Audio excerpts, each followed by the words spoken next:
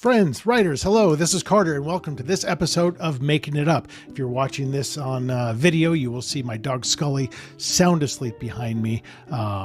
Hopefully she wasn't bored by the conversation I just had with my guest. I wouldn't think so because it was an amazing conversation. And before I get to that guest, I'm going to plug my newsletter today. I put a lot of work into my newsletter. So if you're interested in knowing what's going on in my head, knowing about my books, knowing about episodes of this podcast, updates from my kids, my pets, all that shit that I send out on a monthly basis, along with the contest where you can win a signed copy of a book from me every single month, head on over to carterwilson.com and subscribe to my newsletter. All right. Today's guest, I had such a good time today. I talked to Casey Sherman today. So Casey and I met, and we discussed this briefly in our conversation at a conference called the Hamptons Whodunit. We happened to be signing next to each other, and we just got talking. He's a nonfiction author, and I just found him super interesting. I'm like, I want to know you better. So I asked him on the podcast and he very nicely agreed. He is a New York Times bestselling author of, I think he said 20 books now, writes nonfiction. And as you're going to hear in this podcast, his impetus not only for writing nonfiction, but for going to journalism school and becoming a criminal investigator all stemmed from his aunt's murder. An aunt he never knew, an aunt who was killed and was the last victim of the supposed Boston Strangler 5 years before Casey was even born. So Casey's whole professional life started around a passion and a self-called obsession to find out what exactly happened to her, because there was a lot of doubt around had they actually captured the right guy. And that turned into his first book, a best-selling book. And he has spent his career chasing stories where he can represent the victim's point of view, himself being a family member of a victim and having that foundation of empathy from that viewpoint in order to kind of make that story not only compelling, but representative of kind of the victim's viewpoint and the viewpoint from the victim's family. His most recent book is Blood in the Water, the untold story of a family tragedy, which he talks about a little bit in here. And we also discuss his Boston Strangler documentary, which has just recently aired, and it's going to be in November on Peacock and NBC. And it's kind of you taking his book and him as the subject, as the through line, telling the story of what he unearthed and uncovered during his investigation of what happened to his aunt. So super fascinating conversation. Could have gone on for hours. I really enjoyed it. This is my conversation with Casey Sherman.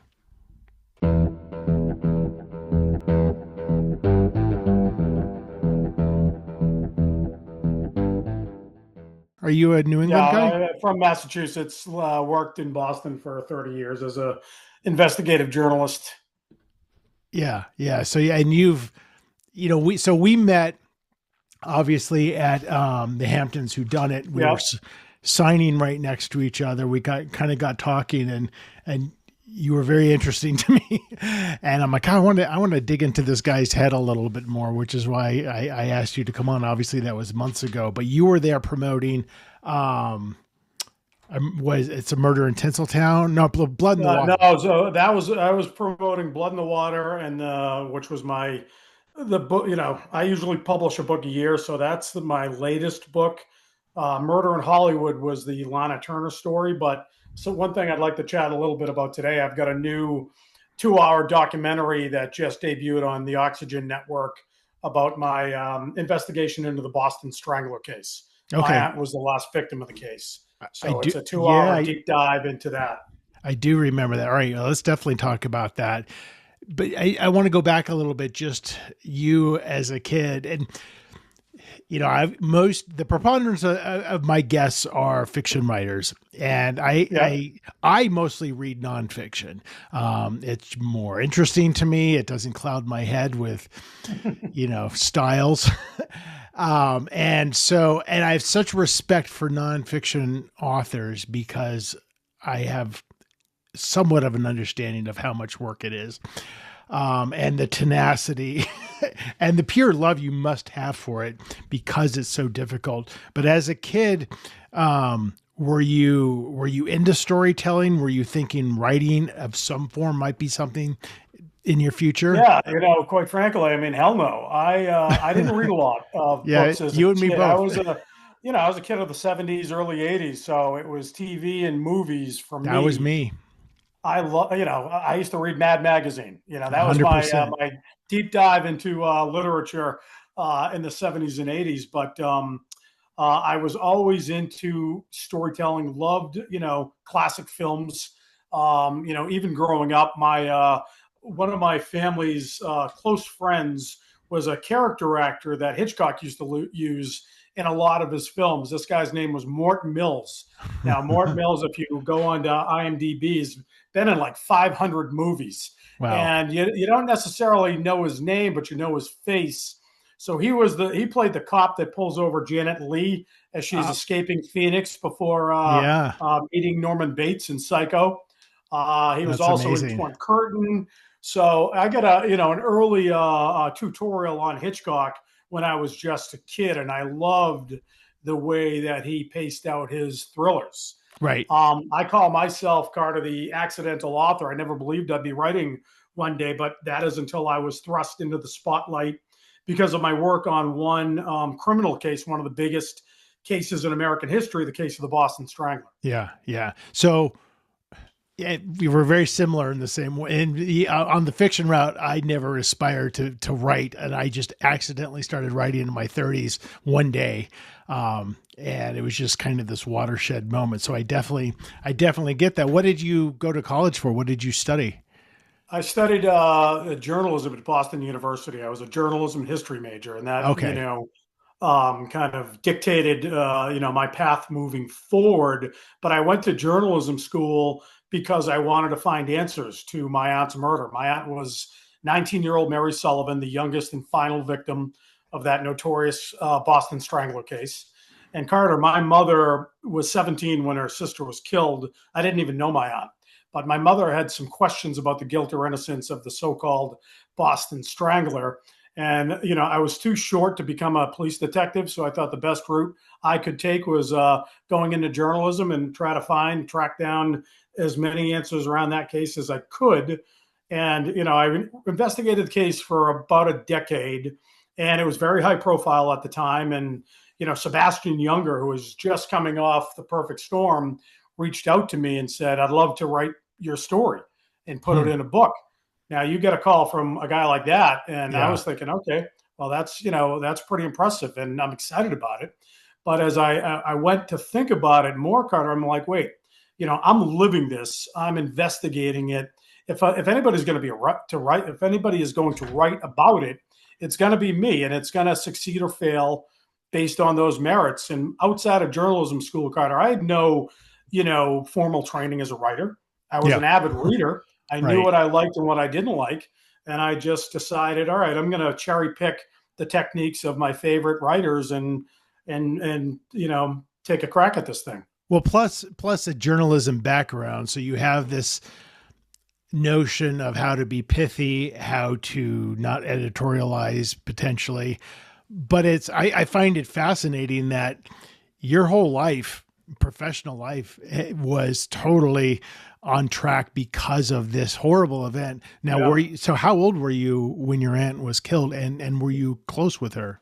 Yeah, great question. I was born 5 years after she was killed, so I Okay. didn't even know her. I knew her only as Oh, the interesting. photograph on the mantle of my grandparents' home, and I grew up Which is in kind of an Irish haunting. Catholic household. Carter, and things like murder were never talked about. Yeah. We kind of repressed our feelings. But I had heard whispers about the Boston Strangler. I saw the film starring Tony Curtis and Henry Fonda when I was a teenager, And I thought, okay, now I think I know the story. And it was a fictionalized version of what had happened. But at least I had some types of information. And I broached the subject to my mother for the first time the next day. And I said, Mom, tell me about Mary. And she said, Casey, Mary just wasn't my sister. Mary was my best friend. Oh my In a God. family of 6 kids, they were the closest in age and the closest in character. And they were planning to live their lives along parallel lines. They were going to grow old together as sisters, but all that was stolen from her. And I saw that her veneer was beginning to crack because she never wore that case on her sleeve, especially to her kids. She protected us against it, but she was getting emotional. And I did what you would do, what any child would do. I hugged my mom and I said, at least they got the guy. And she looked up at me, Carter, and she said, I don't know if they ever did. So her Wow. question led me to journalism school at BU, led me to where I am today. So at school, it's such a singular focus, right? Yeah. At school, are you starting to think about, I enjoy this, I might want to be a journalist, in addition to, because you must sense at some point, at some age, there's got to be an end to this. There's got to be an end game to this one purpose. And then Sure. what? How did those thoughts kind of swirl about your head? Well, I was obviously very obsessive with the Strangler investigation. And I was doing so just to find answer and maybe a bit of comfort and closure from my mother because she didn't get those answers in Sure. the 1960s. And I was never going to write a book about it. But when Younger reached out to me, and then I decided I'm going to do this myself. The book became a surprise bestseller. And then I thought, I can do this. There are other stories that need to be told. And I just love the process. I love the digging into the facts, becoming an archaeologist of words, but I love the storytelling aspect of it. And when I wrote that first book, there's a lot of, literary narrative to it because I just wasn't applying the who, what, where, when, and how, and why as a traditional journalist might. But I knew the only way I'd get the reader's attention is to tell a very impactful story about a family trying to get justice on their own terms. And Right. that's what I attempted to do. Yeah, and I think the reality is the best nonfiction is exactly that, and it can actually be achieved, without much literary effort. Like if the story is solid, sometimes I feel like sometimes the best nonfiction writers get out of the way a little bit, and not just present the facts, but they definitely have a literary flair to it, but they do it in a way where you're not being led. You're still allowed to form your own opinions. You're still allowed to kind of just follow the story. And I think that's probably a very difficult skill set to acquire and you're writing the story that is so deeply personal that it must, or did you, it must have been obviously revealed in the book, your relationship.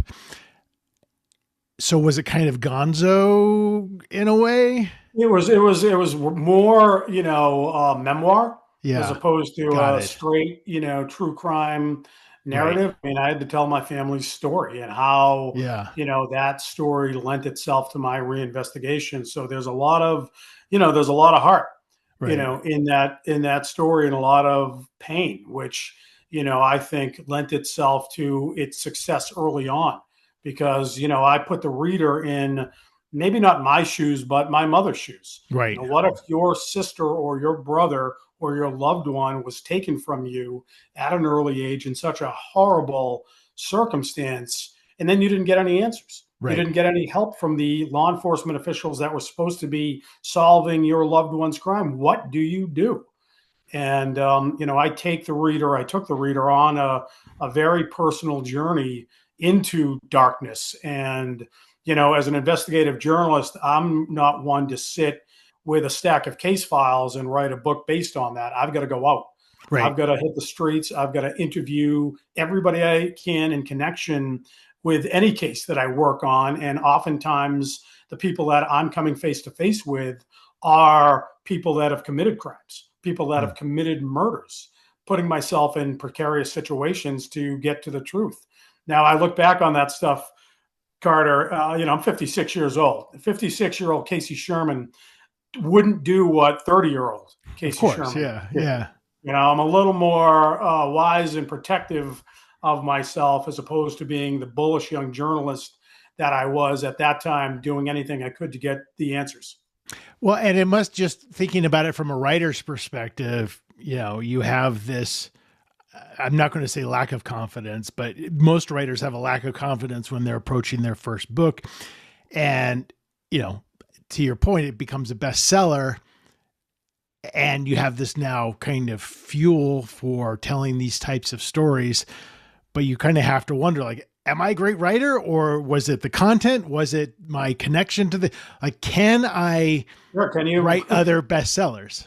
It was a big question. And the first book, the Strangler book that I wrote, again, I had no formal training as a writer, but I read everybody. And I was lifting the techniques of my literary heroes, all fictional writers at the time. I didn't really lean on the nonfiction authors that I knew about, but I was, short declarative sentences. So one page, Right. I'm trying to be Ernest Hemingway. The next page, I'm writing very flowery prose of David Halberstam. The next page, I'm trying to punch the reader in the face, a la Norman Mailer. And I look back on that book years later, and I can see those techniques jumping out. And I did, because I love to read literary biographies, and I go back and I see, okay, when Hemingway started, he lifted his techniques, at least in the beginning, from Jack London. When Norman Mailer started, he lifted his techniques from Ernest Hemingway. So you do borrow from the Right. greats. Right. And then I would say, about page 150 in my first book, I can identify that's Casey Sherman. Right. There's my voice. That's where I finally found my voice, and the struggle of getting to that, whatever the word count was at the time, everything just went into hyperspeed after that. Yeah. Once I spoke, was writing in my own voice through my own investigation, it was much easier for me. That's And interesting. therefore, Yeah. Finding your voice after 150 pages is about the fastest I've ever heard. It took me 8 books where I can now look back and be like, oh, that's my voice. And it just took, it takes hundreds of thousands of words to kind of have it come out of your subconscious and be like, oh no, this is what you're good at when you do it this way. And in fiction, I would almost suggest it's easier because you can play around with a lot of different types of voice, POVs and, tense and things like that. Nonfiction, it seems like, you have some room, but the structurally, there's kind of a formula to it, I would think. There is to a degree, for sure. Many of the books I've written, whether they're true crime, I wrote a book called The Finest Hours, which became a big Disney movie in 2016, and that's about a Coast Guard rescue off Cape Cod in 1952. A complete departure from some of the other books that I've written, but I always find, okay, what's the heart of the story? Whose voice am I really going to follow in this? And for the Coast Guard rescue story, it was the coxswain aboard a 36-foot lifeboat facing 60-foot waves in the most, vicious winter storm in New England history at the time. But then when I go back to the true crime stories, I think, okay, because I've got such empathy and a knowledge of what it's like to be on the other side, to be a victim's family, oftentimes I'll focus on the victims and try to deconstruct these killers. I don't want to glorify them, whether it's Whitey Bulger, a mob boss, or Tony Costa, who is a relatively unknown serial killer that I wrote about in a book called Helltown a couple of years ago. But he may be just one of the most barbaric serial murderers in American history. Wow. So writing the Strangler book, what did you learn? Like, there's got to be a point, I'm totally just trying to empathize and understand here, because I'm thinking, if it were me and this is your singular focus, there's got to be a time to write the book. Like, when do I have enough answers that I can write something? What is there closure here? And Hmm. what if I don't have any answers? Yeah, I mean, honestly, with the Strangler book, I reinvestigated the case and, you know, put forth the theory that the case was much more terrifying than anybody realizes. It wasn't just a Jack the Ripper type of character resurrected to stalk and kill the women of Boston. It was much more dangerous because many men were committing these murders from 1962 to 1964, all under the guise of this serial killer. So if you Hmm. hated a woman for, in the early 1960s, you had a blueprint for how to commit a strangler murder because all the details were printed in the newspapers at the time. And the biggest holy grail piece of evidence in the Strangler case was the confession tapes that the alleged self confessed killer gave to authorities, the confession he gave to authorities in the mid 1960s. That confession tape had been stolen from Boston Police Headquarters and went missing for 40 years until I found them. And I put those confession tapes up to the autopsy reports and crime scene reports and the photos, and they didn't match. Hmm. The so-called strangler was confessing to events that never happened, and he was doing so to profit off the crimes. So what was the end result with, and forgive my ignorance around the case, what was the end result with the culpability for your aunt's death? So my aunt was murdered by a man she knew, a 19-year-old Boston University student who had failed two lie detector tests, was put at the scene of the crime. He vanished as well. And I ended up finding him decades later. And this was as I'm gathering information to write the book. And I owed him his story. He was never charged or prosecuted for the murders, but all the investigators that worked the case in the 1960s believed it was him. So I found him working at all places, a golf resort in Hmm. northern New England. And he was a golf pro. And I booked a golf lesson under an assumed name. And that's where I met him because I knew if I showed up at his doorstep, he could take a shovel or a gun to me and nobody would ever see me again. I had to get to him in an open space, which I did. And I offered him his chance to tell his story, which he did. And was he prosecuted? He was never prosecuted. He Hmm. died a short time later. Wow. But before he died, I had my aunt's remains exhumed for DNA testing. I Wow. also had the remains of Albert DeSalvo, the so-called Boston Strangler, exhumed for DNA testing. I've actually held DeSalvo's skull in my hands. That's how close you get in these Wow. cases. So, Um, so this book comes out, becomes a bestseller. You have some kind of, I assume, catharsis sure. through it, and there must be a sense of not being lost, but it's you. This is done. With Hmm. all of your effort, does it? And you start to think about you can kind of be a voice for the victims for other families. Does it become like I'm? This is what I'm going to do full time. I'm. This is 100%. this is my The pursuit. only time I'm lost, Carter, and maybe you feel the same way, is when I'm between projects, when I'm trying to figure out what to write next. Right. I'm not a good person to be around, and my wife will absolutely, stand by, that point just because I'm thinking and thinking and thinking, what is the next story? Can I write again something Right. as compelling as the last book that Right. I wrote? And is there a subject out there that's worth my attention, my time, and that you can sustain a narrative over 80 to 120,000 words? Right. Well, and I think that's a universal feeling for writers of all types. For me, I'm not a person who just has a notebook full of ideas. I'll usually Mhm. be in the middle of something and just a germ of an idea comes somehow. And I don't Yeah. outline, so I don't know anything. You But don't, if so I'm you don't outline your books? no, no. So I think I if don't either. I'm still, oh, that's impressive for nonfiction. So I'm like, if I'm still thinking about this when I'm ready to write, I'm going to write this. So to your point, I minimize literally within hours that gap. So if I Yeah. finish the draft, the next day I'm starting something new. But I think the downside of that is because I do have a deeply rooted fear of that in between time that maybe I'm jumping too quickly into something because my most frustrating parts come when I'm about 20, 30,000 words in and I'm like, Mm. is this the right story? Does this have legs? Am I forcing this somehow. And that's where I am right now, actually. And this morning I'm just sitting there. I'm like, I don't know. I like it. I know exactly. It's so frustrating. And that mark is really scary. That 20 to 30,000. Because at 20, you've got the fun beginning done. Yep. And now you're not quite to the middle yet, but you're like, does this have legs? Yep.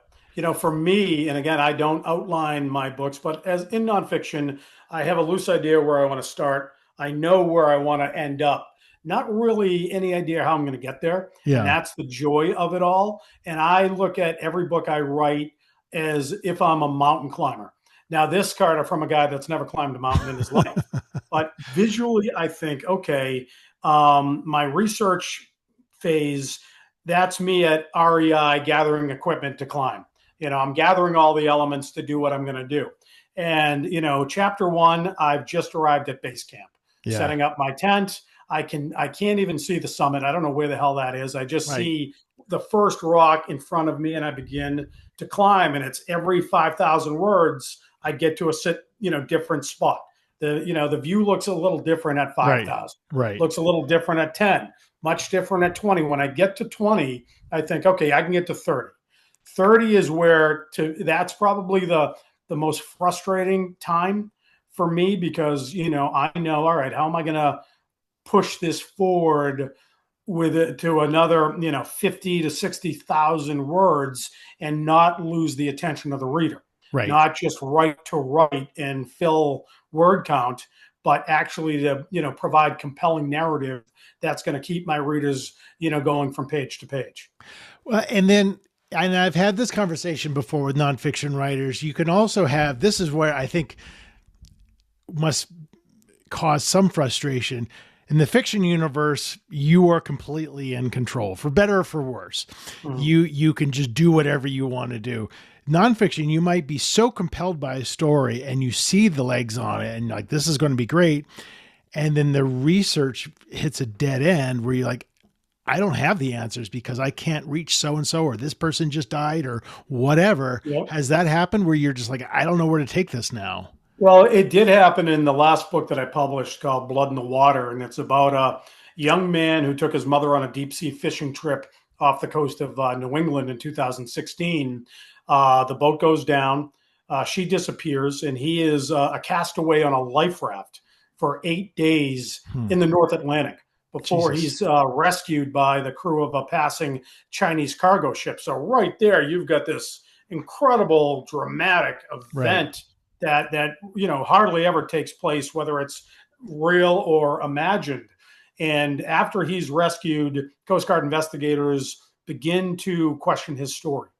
And then they realize that this young man is also the prime suspect in his grandfather's murder 3 years prior, all allegedly to gain access to a $50 million family fortune. Oh my God. So now you're like, this has got all the elements. It's got all the elements. Murder on land, murder on the high seas, a very twisted, unique family dynamic.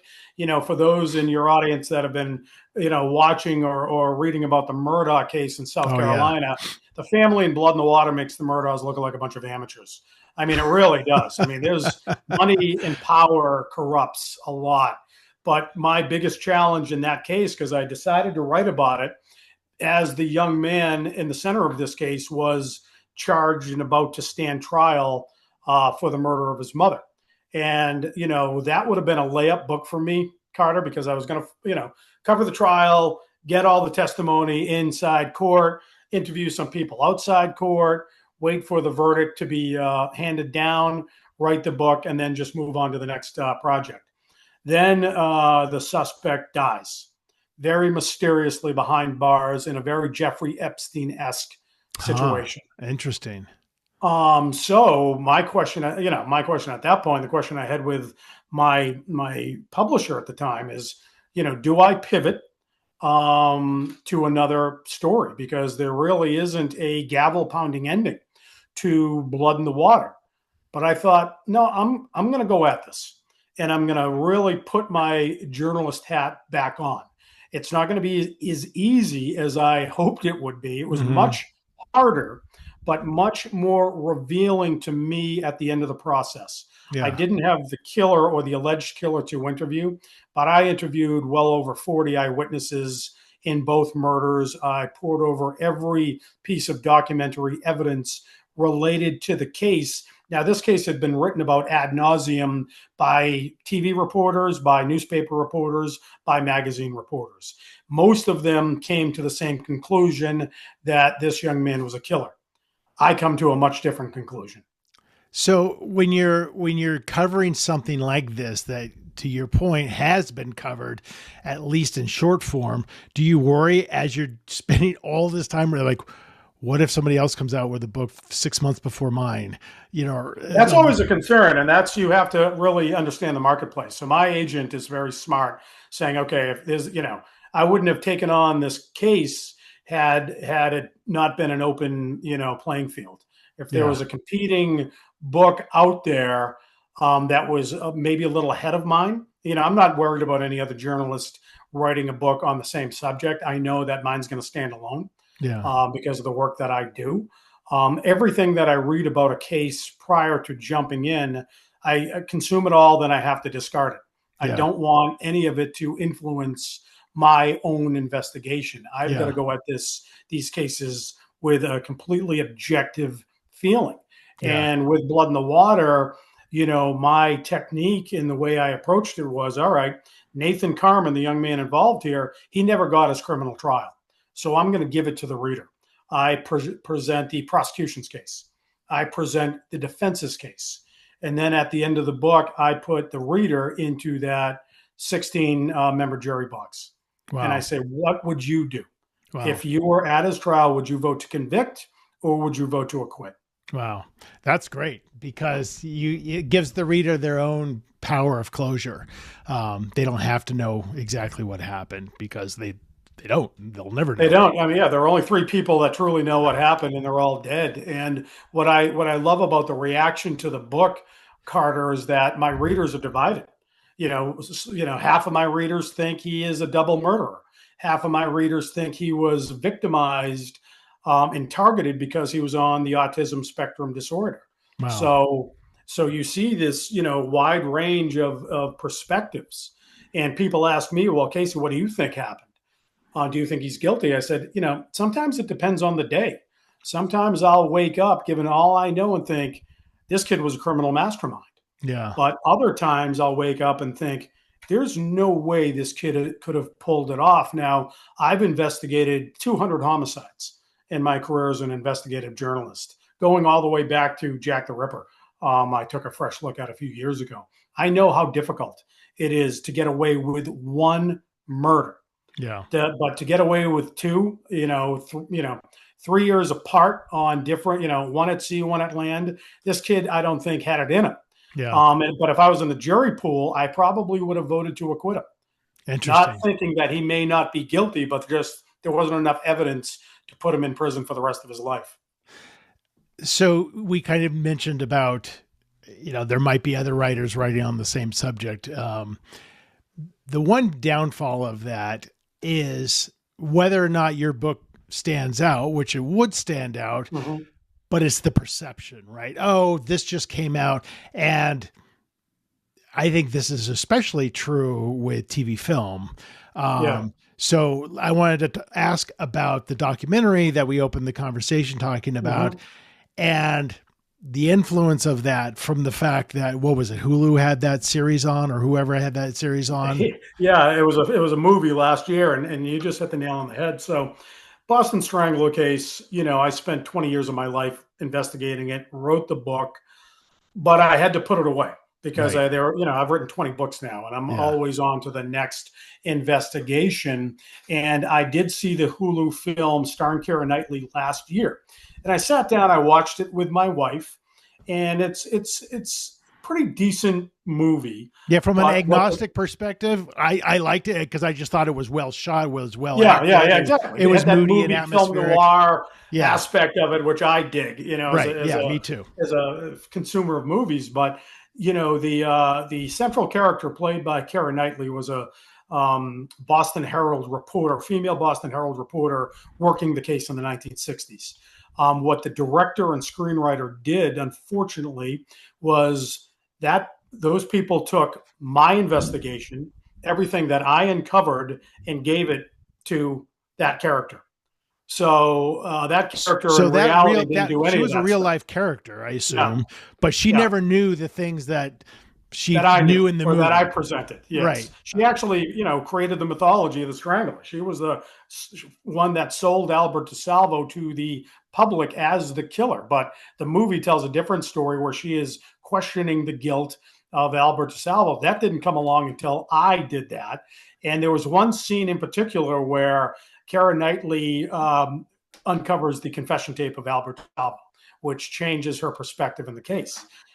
I did that 40 years later. This tape that Yes, was the gone tape for that 40 is now years. going into the documentary.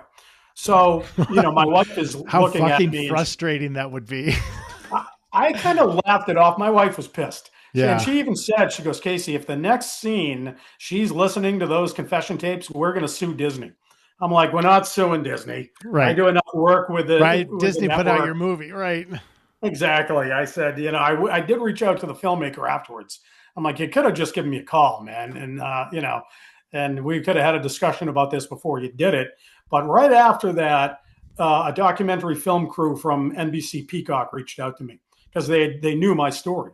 And they said, okay, Casey, are you willing to tell the accurate story of the Boston Strangler case through your eyes? And I thought, yeah, I think I am. Let's get the story out there and let's bring some other perspectives into it. It can't just be me on camera. Let's get some competing theories in there as well, which is what we did. The documentary is called Boston Strangler, Unheard Confession. It's a bit of a mouthful.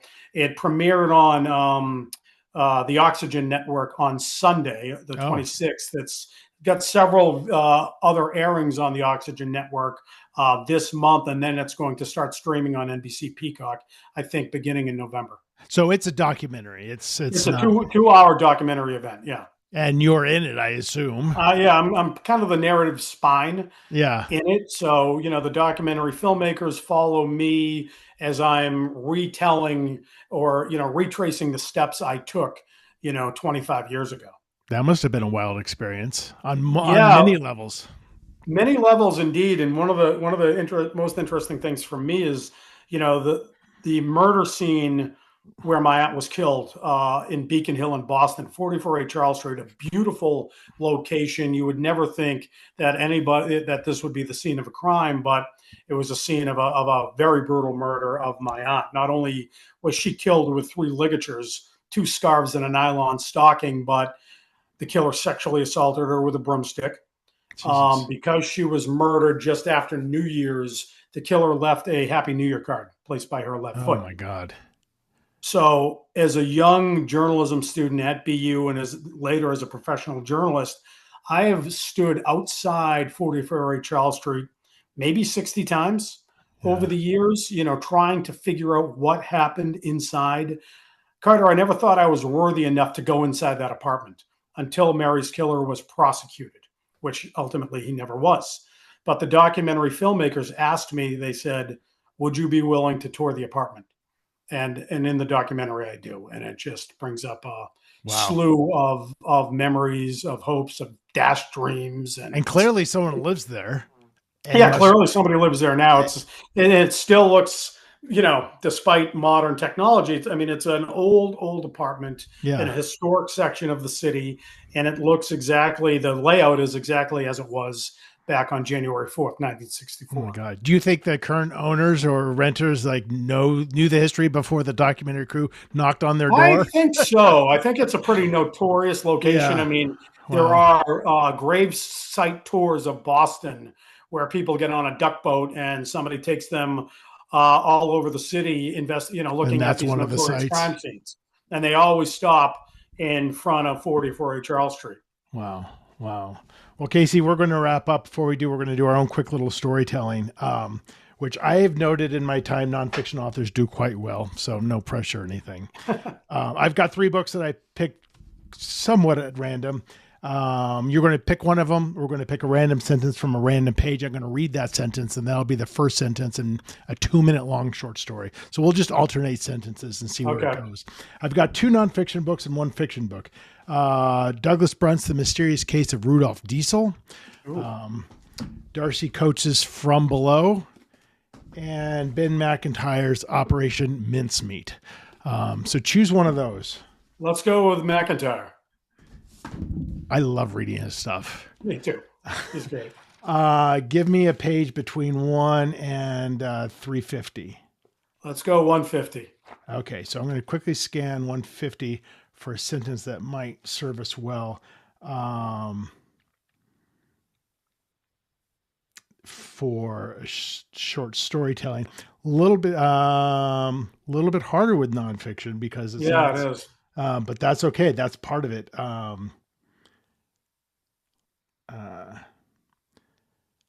right. I'm going to read this quote and you could do whatever you want with it. We must not lose them now after all we have spent. We must not lose them now after all we have spent.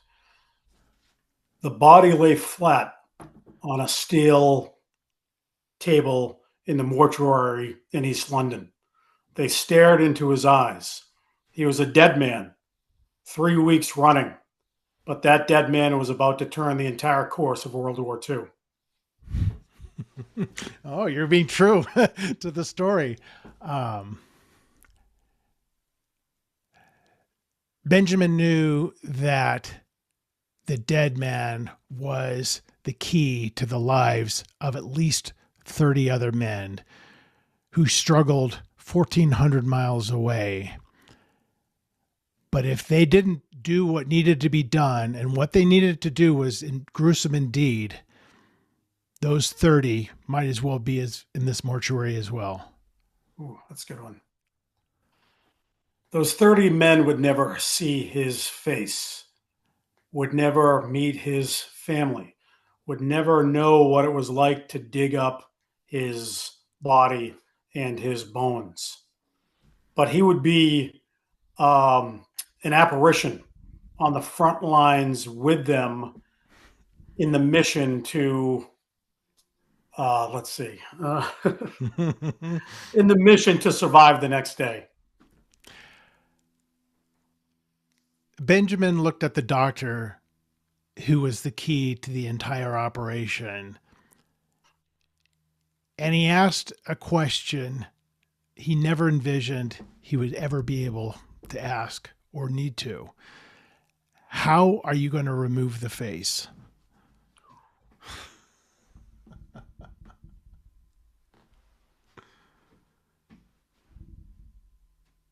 The doctor took a drag of his cigarette and thought. He then explained to Benjamin that he would begin to peel the face back at the ears, below the jawline, and up to the scalp, revealing and never losing sight of the furrowed brow on this dead man's body, the aquiline nose on this dead man's face, and the pouted lips on the dead man's mouth. Oh, I think we call it there. That's fucking fantastic. I would read the shit out of that book. Yeah, me too, man. That's a good one. I love it. It's like Mincemeat meets Face Off. Yeah, that's right. Exactly. Fantastic. I'm like, where are we going to go with this? Yeah. Hey, man, it was great to connect with you again. You too, buddy. I have a lot more questions for you, but we're out of time. But hopefully we'll be able to kind of sit down and just have an hours-long conversation someday because I find you fascinating. Same here, buddy. And your dog behind you just seems like the perfect companion for a nice day of writing. Totally. All right, man. We'll talk soon. Right, Thanks so much. Take care. All right. See ya. See ya, Carter.